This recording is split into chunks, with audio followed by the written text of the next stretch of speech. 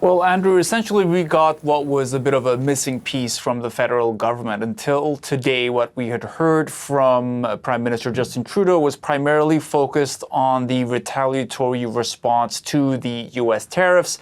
And today we got Employment and Labor Minister Stephen McKinnon outlining how the federal government also wants to help businesses impacted by the Donald Trump tariffs. So a $6 billion aid package was announced. The majority of that will go toward exporters who need to expand their markets beyond the United States, and that will be money spent over the next 2 years, the government says. And $1 billion will go toward the agricultural sector and some financial help there. Additionally, the government also says that they want to help the employment insurance programs in this country by writing checks for businesses who would otherwise have to lay off employees because of the tariffs so that they can stay on the payroll. Here's a little bit more from Minister McKinnon.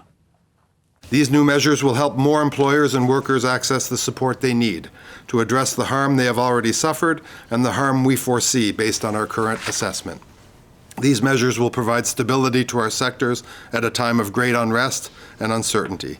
And more than anything else, they will help keep more workers in their jobs, more businesses running, and more factory floors humming.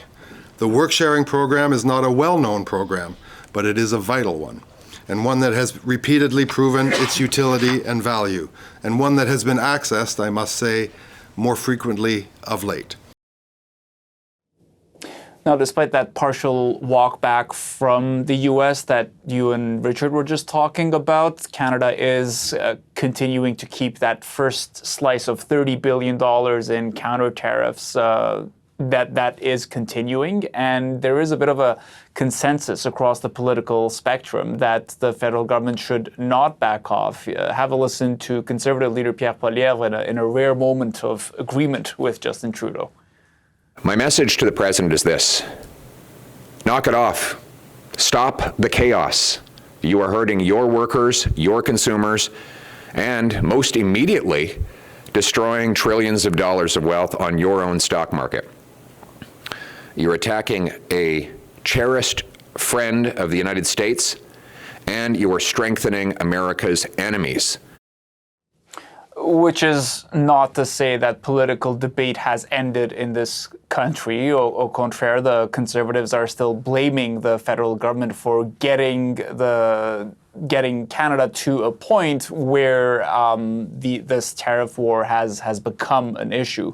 And meanwhile, the NDP came out today as well and suggested that they would want to see some sort of emergency worker legislation passed before the country heads to a federal election. It's unclear to me how different that legislation would be from what the government announced today. And Rafi, what are we hearing from the premiers? So the premiers also are presenting a united front in terms of staying focused on responding to Donald Trump's tariffs. We've also seen some aid packages announced from various provinces over the course of this week. So in Quebec, for instance, there's a $50 million fund announced for businesses. In Nova Scotia, the same idea, except $200 million from Premier Tim Houston. We have also seen similar responses in other provinces as well. BC released their budget on the day that the trade war started, and they factored in billions of dollars due to unforeseen circumstances arising from these tariffs. And we're really hearing from the premiers that they expect this trade war will continue. Have a listen to Alberta Premier Danielle Smith. I'm inclined to think that because tariffs are still coming on steel, on aluminum, again, we've been told that they'll be coming on April the 2nd. I'm inclined to think that they will still stand, but I do want to get some feedback on that.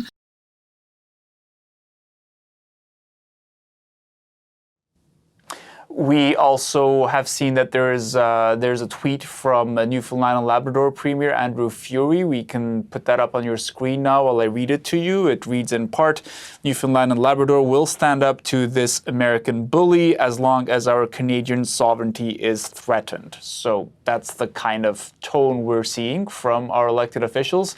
I will say, of course, that in the meantime, we have also been hearing from the federal government that they continue to talk to the U.S. administration to try to stave off these tariffs completely. Finance Minister Dominic LeBlanc insisting that he's constantly texting with U.S. Commerce Secretary Howard Lutnick. Rafi, thank you. The CBC's Rafi Boudjikanian live in Ottawa.